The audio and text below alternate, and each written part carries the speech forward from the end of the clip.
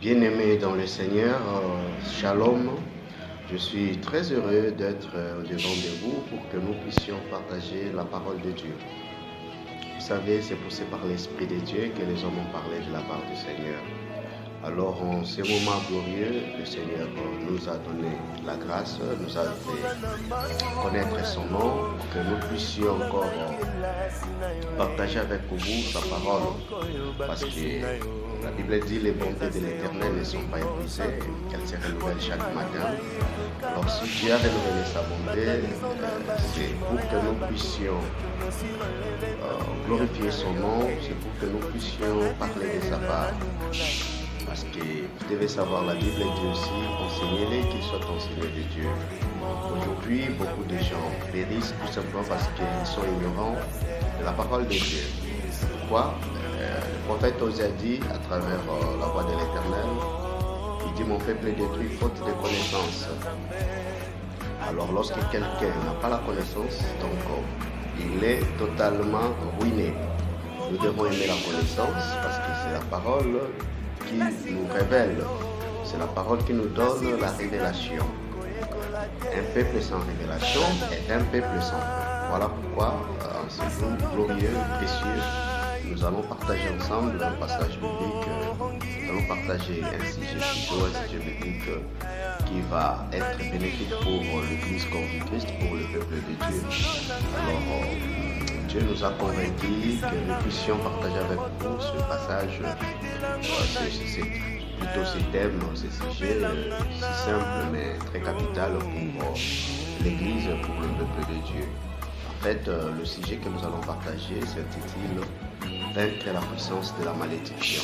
C'est-à-dire, ici, beaucoup de gens sont sous le joug de la malédiction. Alors, Dieu nous a convaincus, nous a mandatés pour que nous puissions enseigner à l'Église, au peuple de Dieu, comment triompher sur cette malédiction.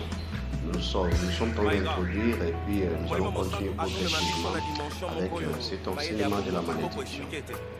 Bien-aimés, vous devez savoir, en lisant le livre des psaumes 109, verset 18, la Bible dit ceci, j'ai dit, qu'il revête la malédiction comme son vêtement, qu'elle pénètre comme de l'eau dans son intérieur, comme de l'huile dans ses os, qu'elle lui sert de vêtement pour se couvrir, des ceintures dont il soit toujours saint.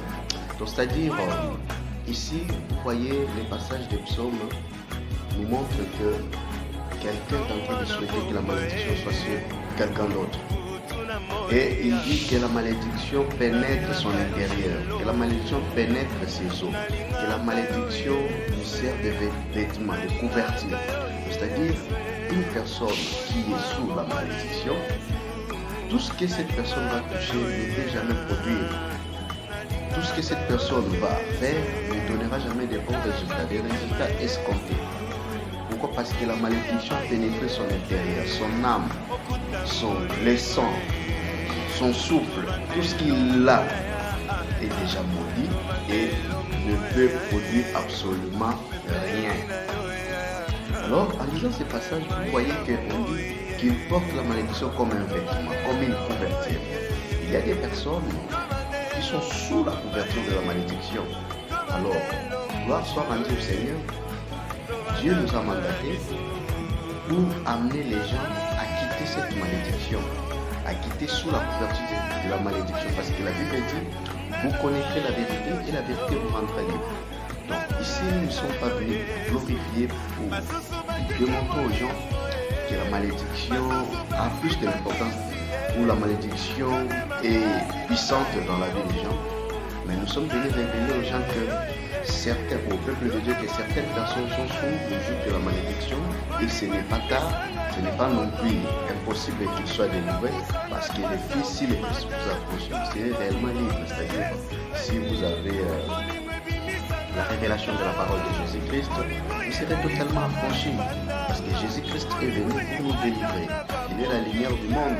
Il a été sacrifié pour que nous puissions vivre, nous puissions être totalement libres. C'est pourquoi la Bible dit qu'il a déchiré l'acte et les offenses qui nous condamnaient à la croix. Bien aimé, la malédiction est un état de malheur qu'on a imposé dans la vie d'une personne, et cette personne ne peut rien. Il ne peut rien faire dans sa vie si ce n'est que vivre les échecs en échec. En effet, l'échec n'est pas une fatalité, parce que l'échec peut permettre à l'homme de tirer des conséquences et d'acquérir l'expérience. Mais lorsque votre vie devient sujet d'échec, lorsque tout ce que vous êtes en train de faire, vous connaîtrez que les cercles vicieux, alors il faut faire l'introspection, réfléchir des fois pour savoir qu'est-ce qui ne va pas. Regardez, imaginez, regardez l'histoire du prophète Jonas. Ces gens-là naviguaient calmement dans leur barque. Mais lorsqu'ils ont constaté qu'il y a toujours la tempête, ils ont fait l'introspection, ils ont réfléchi à qui est la source de notre malheur. Alors ils ont compris que c'était Jonas. Et lorsqu'ils ont balancé Jonas dans la mer, ils étaient tranquilles. Donc vous devez prendre le temps de réfléchir par rapport à votre vie, savoir qu'est-ce qui vous arrive et pourquoi vous êtes toujours instable dans votre vie. Bien aimé, pour aller plus loin, nous allons d'abord commencer par les sources de la malédiction. D'où provient la malédiction dans la vie des gens? Alors aujourd'hui, nous allons vous présenter la première source. Il y a la malédiction provenant de Dieu. La malédiction provenant de Dieu. Vous devez savoir que la malédiction, quelqu'un peut être maudit par Dieu. Lisons le livre de Malachie. Qu'est dit le prophète Malachie? Le prophète d'abord Malachie. Que dit le prophète Malachie? Nous sommes dans le livre de Malachie, Malachie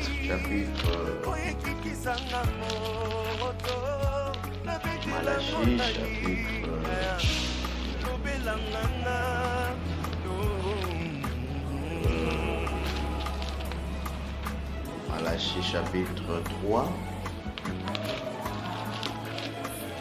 le verset 9.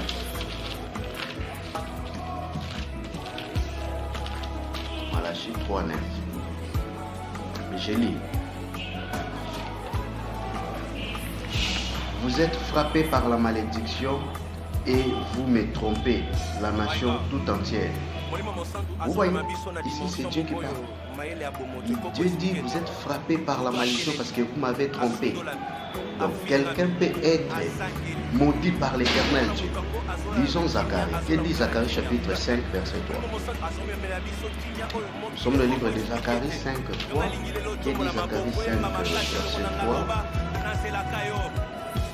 Il me dit, c'est la malédiction qui se répand sur tout le pays, car selon elle, tout voleur sera chassé d'ici, et selon elle, tout parjure sera chassé d'ici. Donc, Dieu est en train de dire au prophète Zacharie que la malédiction va répandre sur tout le pays. Bien aimé, d'autres personnes sont maudites par l'Éternel. Tu vas maintenant te demander pourquoi Dieu peut te maudire. Je vais te dire une chose, comment l'Éternel peut te maudire. Il peut être maudit par l'Éternel tout simplement parce que vous avez désobéi à sa parole. Vous pouvez être maudit par l'Éternel tout simplement parce que vous avez commis l'abomination aux yeux de l'Éternel. Imaginez, vous avez commis l'inceste. Vous êtes maudit parce que Dieu est contre l'inceste. Vous avez couché avec la femme de votre papa, vous avez couché avec votre fille, vous avez couché avec votre oncle, vous avez couché avec votre sœur. Vous êtes frappé par la malédiction. Vous avez incité les hommes de Dieu. Vous avez refusé de soutenir l'œuvre de Dieu. Vous avez abusé, lorsque vous avez servi Dieu, vous avez mélangé Dieu avec le péché.